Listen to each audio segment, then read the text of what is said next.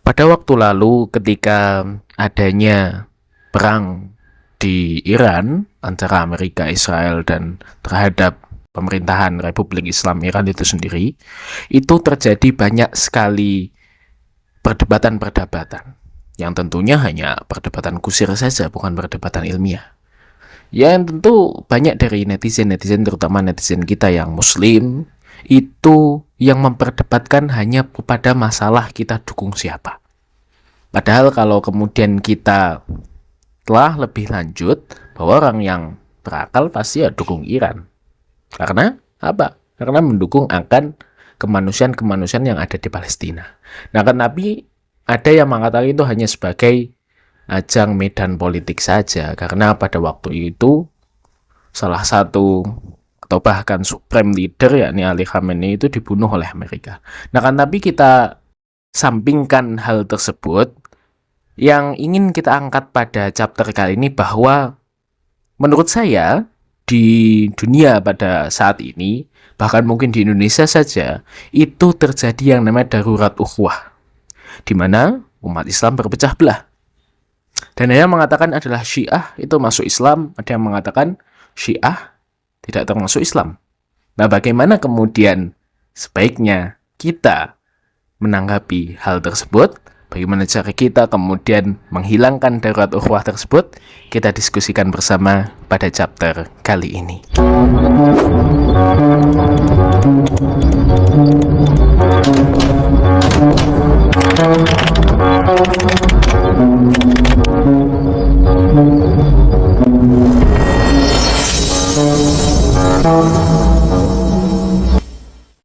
Assalamualaikum warahmatullahi wabarakatuh. Alhamdulillah hamdan la yuhad wa syukran la yu'ad. Asyhadu an la ilaha illallah la sahibata lahu wa la walad wa asyhadu anna Muhammadan abduhu wa rasuluh man shalla wa ta'abbad sallallahu alaihi wasallam tasliman katsiran ila yaumit tanad. Amma ba'd. Saudara-saudaraku muslim rahimani wa rahimakumullah, kita awali dengan bagaimana pandangan saya terhadap darurat ukhuwah tersebut. Kan tetapi perlu kita sadar bersama bahwa sebetulnya yang namanya darurat ukhuwah itu telah kita lihat di depan mata kita. Bagaimana kemudian kita sama muslim itu yang harusnya bersatu, tetapi berpecah belah.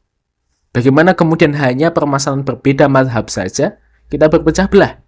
Padahal ketika kita menelisik lebih jauh di era Rasulullah SAW, yang namanya aliran perpecahan itu tidak ada satupun. Apakah ini karena Rasulullah sudah tiada?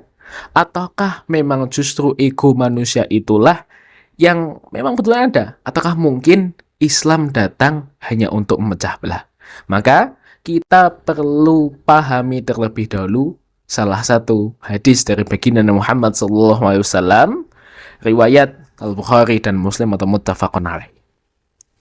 Di dalam Al-Bukhari di nomor 13 dan Muslim nomor 45 diriwayatkan bahwa ada seorang sahabat Abu Hamzah Anas bin Malik radhiyallahu anhu yang merupakan pelayan dari baginda Muhammad SAW, itu menyampaikan sabda dari Nabi Muhammad. Itu redaksi lengkapnya seperti ini.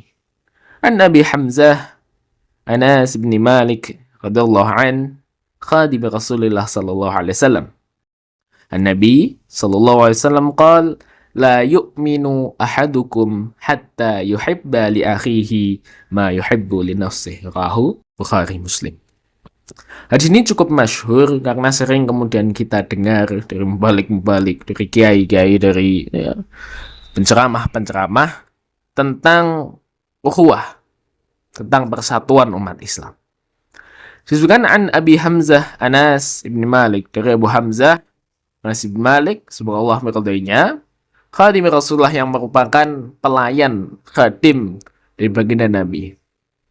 Dia berkata, ini Nabi sallallahu alaihi wasallam qala, dari Nabi menyabdakan, la yu'minu ahadukum, tidak beriman, tidak sempurna iman ahadukum, salah seorang dari kalian, hatta yuhibba li akhihi, sampai kemudian ia mencintai saudaranya, ma yuhibbu li nafsihi, seperti apa ia mencintai dirinya sendiri. Hadis riwayat Bukhari dan Muslim. Nah, di dalam hadis tersebut disebutkan bahwa iman kita itu la yu'min, di mana ada yang menafsirkan tidak beriman, ada juga yang menafsirkan tidak sempurna iman.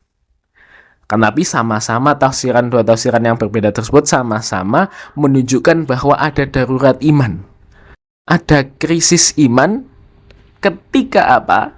Ketika kita belum yuhibba li akhihi ma yuhibbu li nafsihi. Ketika kita belum mencintai saudara kita seperti kita mencintai diri sendiri. Jadi iman yang ada dalam tubuh kita, dalam jiwa kita, ketika kita belum mencintai saudara kita, itu tidak diterima, tidak diakui, tidak sempurna. Karena dalam linguistik ketika kita melihat lebih detail redaksinya, Nabi sabdakan la yu'minu.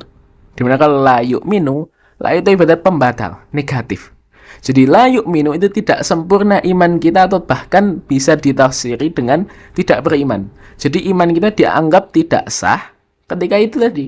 Kita tidak mencintai saudara kita. Seperti apa? Kita mencintai diri sendiri. Ya kita tahu ketika kita mencintai diri kita sendiri, kita rela untuk melakukan segala hal untuk keuntungan pribadi. Apapun kalau itu berbuat baik kepada kita, berdampak baik terhadap kita, kita lakukan. Apapun yang membuat kita aman, membuat kita bahagia, kita lakukan. Nah, itulah tujuan dari sabda Nabi. Nabi berharap saudara-saudara kita itu kita cintai seperti kita mencintai diri sendiri. Kita perlakukan saudara-saudara kita seperti kita memperlakukan diri sendiri. Kita menyayangi saudara-saudara kita seperti kita menyayangi diri sendiri. Kita hormati saudara-saudara kita seperti kita menghormati diri sendiri. Nah, tapi pertanyaan sekarang adalah li akhihi itu, maksud daripada saudaranya itu apakah saudara kandung? Ataukah saudara dalam lingkup keluarga nasab? Ataukah saudara seiman? Ataukah saudara sebangsa? Atau bahkan mungkin seluruh manusia pada umumnya? Untuk dasarnya pemahaman di sini itu bisa kita lihat dari tujuannya. Islam dari dulu selalu menekankan antara horizontal dan vertikal. Selain ke atas, selain kita beribadah, kita juga harus menjaga hablum minannas. Ada hablum minallah, hablum minannas. Selain daripada kita melaksanakan hablum minallahnya, kita imbangi juga dengan hablum minannas. Ada yang menafsiri li akhihi ini itu adalah saudara sama muslim. Nah, ini di sini akan kita kuatkan topiknya, saudara sama muslim. Karena apa? Ada sebuah riwayat lain yang mengatakan bahwa baginda Nabi Muhammad SAW menyabdakan al-mu'minu al-muslimu akhul muslim. Setiap muslim itu saudara. Bahkan ada riwayat lain yang mengatakan bahwa muslim satu dengan muslim lainnya itu ibaratkan sebuah bangunan. Ketika satu sakit, ketika satu retak, maka semua akan merasakan. Ada juga yang mengatakan riwayat lain bahwa satu muslim dengan muslimnya ibarat sebuah manusia secara utuhnya. Jadi ketika satu organ sakit, maka seluruhnya akan merasakan.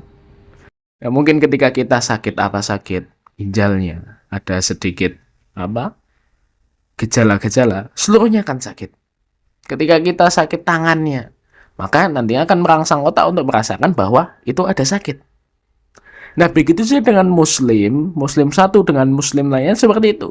Jadi al-muslimu akhul muslim, setiap muslim saudara, berarti seluruh manusia yang menghadap Tuhannya, dalam artian ya sholat menghadap kiblat, tidak peduli mazhabnya, alirannya, pahamnya, yang penting ia masih bersyahadat, maka ia saudara kita. Perlu kita menyayangi dia. Dan ini kenapa disebutkan la yu'minu ahadukum hatta yuhibba li akhihi ma yuhibbu li nafsihi? Kenapa sampai kemudian iman kita itu akan terbatalkan jika kita tidak mencintai? Karena itu masalah hati. Nah, hadis ini menurut beberapa ulama itu tidak akan tersampaikan ketika hati kita sakit. Ada iri, ada dengki dalam hati kita. Hadis ini tidak akan terimplementasikan. Nah, artinya apa? Hadis ini walaupun singkat, itu sangat dalam sekali. Ibaratnya ini merontonggak utama ketika kita ingin jaya. Ketika Islam ingin tidak seperti sekarang, kalau kita lihat umat muslim sekarang ini, itu bak buih-buih di lautan. Banyak. Kan tapi ya hanya buih. Terbawa aliran laut, terbawa ombak, ya hanya buih-buih saja. Mudah dihancurkan. Hanya sebagai mungkin bahan politik. Hanya sebagai mungkin objek ekonomi dan lain sebagainya. Ya tidak ada pengaruh besar Muslim terhadap dunia pada saat ini. Tidak seperti zaman dahulu ketika waktu daulah-daulah Islami itu berkembang. Karena memang zaman atau masanya kita saat ini itu seperti itu. Kita masuk ke transisi fase-fase yang akhir. Kita masih kemudian menunggu adanya khilafah yang berdiri. Nah, untuk mencapai khilafah itu tadi butuh persatuan terlebih dahulu. Jangan kemudian kita seperti buih-buih di lautan yang banyak kan tapi tidak ada efeknya, tidak ada manfaatnya, tidak ada kekuatannya. Maka yang perlu kita lakukan sekarang adalah pemersatuan umat. Nah, ini yang saya sebutkan sebagai darurat ukhuwah. Di mana ya tidak usah jauh-jauh. Kita lihat di Indonesia saat ini hanya mungkin walaupun mazhabnya sama Syafi'i karena mayoritas adalah Syafi'i. Kemudian ada yang kemudian berbeda untuk kemudian mengambil jalan yang lain. Mungkin mazhab yang lain atau kemudian pemikiran yang lain. Atau mungkin tidak mengambil mazhab. Itu sudah membuat banyak sekali perseteruan. Kemudian bahkan mungkin ada yang satu mazhab, satu agama masih kemudian terpecah belah hanya karena perbedaan pilihan politik.